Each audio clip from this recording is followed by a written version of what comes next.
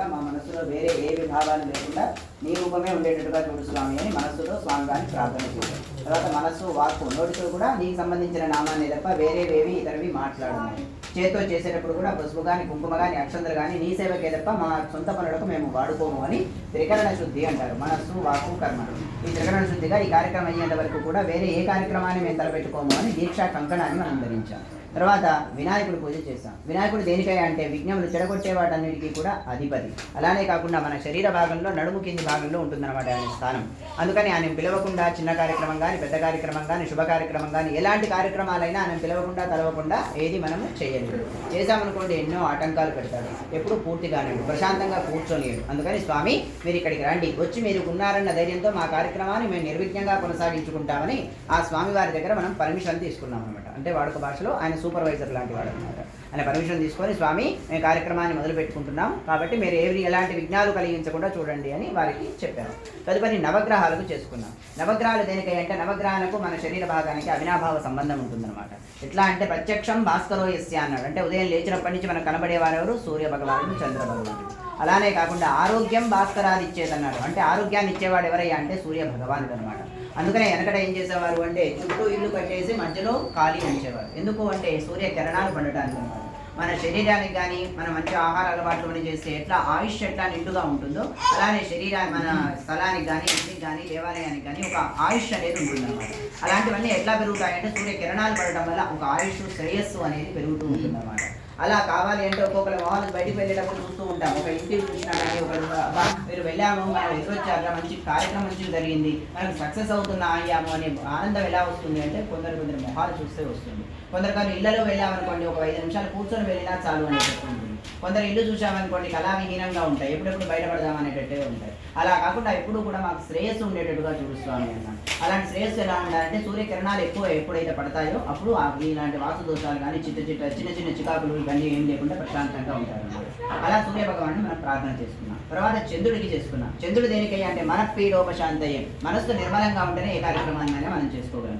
ఎలాంటి మనస్సు అయ్యి అంటే పౌర్ణమి చంద్రుడు కనుక ప్రశాంతంగా నిండుగా చల్లదనంగా ఎలా ఉంటాడో మా మనస్సులు కూడా ఇలాంటి కలికల్మషాలు లేకుండా ప్రశాంతంగా ఉండేటట్టుగా చూస్తాను అని ప్రార్థన చేస్తాం. తర్వాత కుజుడికి చేసుకున్నాం. కుజుడు దేనికై అంటే రోగ పీడోపశాంతి అంటే మనం చిన్న జలుబుల దగ్గర నుంచి పెద్ద పెద్ద క్యాన్సర్ల వరకు ఇలాంటి రోగాలు లేకుండా చూస్తాను. అలానే ఆయన భూమి పుత్రుడు అనమాట. అంటే ఇలాంటి భూములు అంటే రియల్ ఎస్టేట్ భూములు అమ్మటానికి కానీ కొనటానికి కానీ రుణాలు అమ్మటానికి కానీ పుట్టడానికి కానీ మనకు ఆస్కారం ఉంటుందన్నమాట. ఇలాంటి దోషాలు లేకుండా స్వామిని ప్రార్థన చేశాం. తర్వాత ఎవరికి చేసుకున్నాం? బుధుడికి చేసుకున్నాం అనమాట. బుధుడు దేనికై అంటే బుద్ధి పీడోపశాంతయే.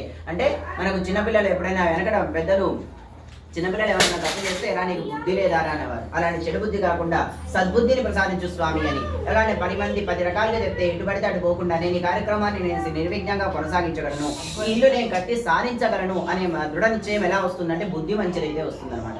అలాంటి సద్బుద్ధిని మాకు ప్రసాదించు స్వామిని ప్రార్థన చేశాం. తర్వాత బృహస్పతికి చేసుకున్నాం. బృహస్పతి దేనికై అంటే పుత్ర పీడోపశాంతి అంటే ఎవరైనా మనకు మంచి సంతానం కలగాలన్నా, ఆ సంతానానికి విద్యాబుద్ధులు రావాలన్నా, సంఘంలో గౌరవ ప్రతిష్టలు పొందాలన్నా, మనం పెద్దవాళ్ళు అయిన తర్వాత మన పిల్లలు ఈసడించుకోకుండా కదలించుకోకుండా ప్రేమతో చూడాలన్నా దానికి అధిపతి ఎవరైనా అంటే బృహస్పతి అన్నమాట. స్వామి మాకు మంచి సంతానాన్ని కలగదు, దానివల్ల వాళ్ళ వల్ల మా వంశం అభివృద్ధి చెందేటట్టుగా చూడు స్వామి అని ప్రార్థన చేస్తాం. తర్వాత శుక్ర భగవానుడికి చేసుకున్నాం. శుక్రుడు దేనికై అంటే పత్ని పీడోపశాంతి అంటే భార్యాభర్తల అన్యోన్యత అనురాగాలకు అధిపతి ఎవరైనా అంటే శుక్ర భగవానుడు అనమాట. స్వామి మేము నిన్ను నూరేళ్ళు కనకాలం కలిసి ఇలాంటి చిన్న పొరపాట్లు వచ్చిన చిన్న సమస్యలు వచ్చిన సమస్య పోయేటట్టుగా చూసి నిన్ను నూరేళ్ళు కలిసిమెలిసి ఉండేటట్టుగా చూడు స్వామి అని ప్రార్థన చేశాం. తర్వాత శనేశ్వర భగవానుడికి చేసుకున్నాం. శనేశ్వరుడు దేనికై అంటే ప్రాణపీడోపశాంతయే. అంటే మనం ఉదయం లేచినప్పటి నుంచి సైకిల్ కానీ బండి కానీ కారు కానీ బస్సు కానీ ఇలాంటివి ఇనుముకు సంబంధించినవి వాడుతూ ఉంటాం, ప్రయాణాలు చేస్తూ ఉంటాం. అలాంటి వాటికి ఇనుము వల్ల ప్రమాదం, ఇనుములకి అధిపతి ఎవరయ్యా అంటే శనేశ్వర భగవానుడు అనమాట. ఎలాంటి యాక్సిడెంట్లు లేకుండా పూర్ణ ఆయుష్ ఉండేటట్టుగా అర్ధాయుష్ లేకుండా పూర్ణ ఆయుష్ ఉండేటట్టుగా చూడు స్వామిని ప్రార్థన చేశాం. తర్వాత రాహుకి చేసుకున్నాం. రాహు దేనికై అంటే సర్వేంద్రియానం నయనం ప్రధానం అన్నారు. అంటే అన్ని అవయవాల్లోకెల్లా చూపు ప్రధానమైనది. ఎలాంటి చెడు దృష్టి మా మీద పడకుండా, దృష్టి దోషాలు లేకుండా చూడు స్వామి, కంటి కలకలు కంటికి సంబంధించిన ఎలాంటి వ్యాధులు లేకుండా చూడు స్వామిని ప్రార్థన చేశాం. తర్వాత కేతు భగవానుడికి చేసుకున్నాం. కేతువుని దేనికై అంటే జ్ఞాన పీడోపశాంతి అంటే జ్ఞానం లేనివాడు పశువుతో సమానం అంటారు. అలాంటి లేకుండా మంచి జ్ఞానాన్ని ప్రసాదించు స్వామి. ఆ జ్ఞానం వల్ల తీర్థయాత్రలు చేయడానికి కానీ, దాన ధర్మాదులు చేయడానికి కానీ, పూజా పురస్కారాలు చేయడానికి కానీ, సంఘంలో ఒక పదవి రావడానికి కానీ ఆస్కారం ఉంటుందన్నమాట. అలాంటి మంచి జ్ఞానాన్ని మాకు ప్రసాదించు స్వామిని ప్రార్థన చేశాం. ఇప్పుడు నవగ్రహాలు అందరూ వచ్చేసారు ఇక్కడికి. వచ్చిన తర్వాత మనం ఏం చేస్తున్నాం? మనం ఇప్పుడు స్వామి వారిని అక్కడి నుంచి ఆహ్వానం చేసుకుంటున్నాం అనమాట. స్వామి వారిని ఆహ్వానం చేస్తే మనం వెళ్ళి డైరెక్ట్ పిలవంగానే రాడు స్వామి. వస్తారు ముందుగా సెక్యూరిటీ వస్తారనమాట. ఆ సెక్యూరిటీ లాగా వీళ్ళందరూ వచ్చేసారు. వీళ్ళు వచ్చిన తర్వాత మనం పిలిస్తే రాడు, వాళ్ళు పిలిస్తేనే వస్తాడనమాట స్వామి. అలా రావాలి అంటే ఏం చేస్తాడు స్వామి? అక్కడి నుంచి వీళ్ళు చెప్తారు అంతా సిద్ధంగా ఉంది స్వామి, మీరు ఇక రావచ్చు అన్నాడు అనుకోండి. అప్పుడు స్వామి వారు ఏం చేస్తారు? బంగారు తివాచీలు వేశారా, గ్రాండ్గా చేస్తున్నారా, మామూలుగా చేస్తున్నారా, ఎలా అనేది చూడండి స్వామి. మన మనస్సు అనేది నిర్మలంగా ఉందా లేదా, వీళ్ళు వచ్చారా, వాళ్ళు వచ్చారా, వీళ్ళని పలకరించారా, వాళ్ళని పలకరించారా, ఈ కూరలైనా ఆ కూరలైనా ఇవి చూస్తున్నారా, లేక నా కోసం ఏమైనా ఎదురు చూస్తున్నాడా అనుకుంటాడు అనమాట స్వామి. ఎప్పుడు కూడా ఇప్పుడు ఒక విఐపీ వస్తున్నాడు అనుకోండి, ఒక 5 నిమిషాల్లో వస్తున్నాడు అంటే మనం ఏం చేస్తాం? ఇంట్లోకి ఆహ్వానించి ఎలా వెళ్ళాలి, ఎలా రిసీవ్ చేసుకోవాలి, ఎలా మాట్లాడాలి, ఏం పెట్టాలి, ఎక్కడ కూర్చోబెట్టాలి, ఏమేం చేయాలి అనేది మనం తపన ఉంటుంది. అలాంటి రాష్ట్రపతి లాంటి వాడు మనకు స్వామి. వచ్చినప్పుడు ఇంకా ఎక్కువ ఆతృత ఉండాలి, ఎక్కువ భక్తి ఉండాలి, ఎక్కువ భయం ఉండాలి స్వామి దగ్గర. అలా స్వామివారిని ఒక్కడనే పిలిచామనుకోండి, ఆయన ప్రశాంతంగా ఉంటాడు. మనం చెప్పిన వారు ఏవి వినడనమాట. ఎందుకు అంటే రామదాసు గారు అన్ని సంవత్సరాలు రామ రామ అంటే వచ్చాడా? రాలేదు కదా. డబ్బులు లేవా? కాదు కదా. శిక్ష అనుభవించాలి అంటాడు. ఒక్కసారి అమ్మవారిని నన్ను బ్రోవమని చెప్పవే సీతమ్మ అన్నాడు. అనగానే ఎమ్మడే తెల్లవారేసరికి ఫైల్ మీద సంతకం అయిపోయింది, రావడం అయిపోయింది, బందీఖానా నుంచి విడిపించడం అయిపోయింది. అంటే అమ్మవారి ద్వారా వెళ్ళామనుకోండి స్వామివారి తొందరగా అవుతాయన్నమాట. అందుకనే ఇప్పుడు ఒక వేపిని పిలువ మనం డైరెక్ట్ వెళ్తే ఎన్నో ఉంటాయి, చెకింగ్లు ఉంటాయి, దాని తర్వాత ఎన్నో అపాయింట్మెంట్లు ఉంటాయి, ఇవన్నీ ఉంటాయి. కానీ ఇంట్లోంచి క్యారేజీ వచ్చింది అనుకోండి, అపాయింట్మెంట్ ఉంటాయా? డైరెక్ట్ వెళ్ళటమే ఉంటుంది. అలా అమ్మవారి ద్వారా మనం వెళ్ళామనుకోండి స్వామివారు తొందరగా కరుణిస్తారనమాట.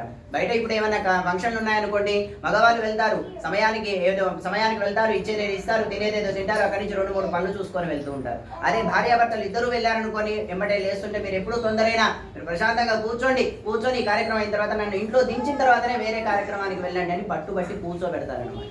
అలా కూర్చోబెట్టాలంటే పక్కన అమ్మవారు ఉండాలి. అమ్మవారు ఉండాలంటే మనం ఏం చేయాలి? అక్కడ అయ్యగారు కనుక పసుపు కుంకుమ వేయమంటే ఒకరు పసుపు, ఒకరు కుంకుమ, ఒకరు గంధం, ఒకరు అక్షంతులు వేశారనుకోండి, వీళ్ళిద్దరి మధ్యనే ఏకాగ్రత లేదు, మన ఇద్దరం కలిసి ఎలా వస్తామనుకుంటారనమాట స్వామి గాని అమ్మవారు కానీ. ఎప్పుడు కూడా భార్యాభర్తలు ఇద్దరు కూడా ఒకరు వేసేటప్పుడు ఒకరు చేయి పట్టుకోవాలి, లేదా ఇద్దరు కలిసి వేయాలి, కలిసే స్వామివారిని సేవించాలి, ఒకే కోరిక కోరాలి. అప్పుడే మనం ఇచ్చినన్ని మన తప్పులన్నీ కూడా మన్నిస్తాడు స్వామివారు, సేవిస్తాడు, మన కోరికలన్నీ కూడా తీరుస్తారనమాట. అలా రమాసేని సత్యనారాయణ స్వామి వారిని ఇప్పుడు మనము బంగారం అని పెట్టే ఇది పీఠం కాదు, సత్యనారాయణ స్వామి పీఠం కాదు, మన మనస్సు అనే పీఠం మీదకి హృదయంగా తెల్లడిగా ఏమి లేవు స్వామి, నీ కోసం మేము ఎదురు చూస్తున్నాము అనే ఆతృతతో మనము స్వామి వారిని అమ్మవారిని పిలిస్తే కనుక ఖచ్చితంగా వస్తారు, మనం అన్ని కూడా స్వీకరిస్తారనమాట. అలా ఇప్పుడు రమాసేన సత్యనారాయణ స్వామి వారిని మనము ఆహ్వానం చేసుకుంటున్నాం. ఒక్కసారి మనస్ఫూర్తిగా నమస్కారం చేసుకోండి స్వామి వారికి. అక్కడ పట్టు పీతాంబరాలు ధరించి మంచి బంగారు సింహాసనం మీద అమ్మవారు, స్వామివారు, శ్రీదేవి భూదేవి సమేత శ్రీ వెంకటేశ్వర స్వామి, అలానే రమాసేన సత్యనారాయణ స్వామి అందరూ కూడా పరివార గణంతో అక్కడికి వచ్చి వేయించేసి ఉన్నారు. మనం పూజలు ఎప్పుడెప్పుడు చేస్తామా, ఎప్పుడెప్పుడు స్వీకరిస్తామా అనేటట్టుగా ఉన్నారనమాట స్వామివారు, అమ్మవారు. అలా మనం మనస్ఫూర్తిగా స్వామిని, అమ్మవారిని స్మరించుకోండి. దాని తర్వాత మనము ఇప్పుడు ప్రారంభం చేద్దాము. చెప్పండి, అందరూ కూడా నమస్కారం చేసుకోండి, కళ్ళు మూసుకొని చెప్పండి. వెంకటాద్రి సమస్థానం బ్రహ్మాండే నాస్తికించన వెంకటేశ సమోదేవో నభూతో నభవిష్యతి ఉగ్రం వీరం మహావిష్ణుం జ్వలంతం సర్వతోముఖం నృసింహం భీషణం భద్రం మృత్యుం నమామ్యహం సర్వమంగళ మాంగళ్యే శివే సర్వార్థ సాధకే శరణ్యే త్రయంబికే దేవి నారాయణి నమోస్తుతే సిద్ధలక్ష్మి మోక్షలక్ష్మి జయలక్ష్మి సరస్వతి శ్రీలక్ష్మి వరలక్ష్మి ప్రసన్న మమ సర్వదా. ఆ పుష్పాలు ఆ విగ్రహం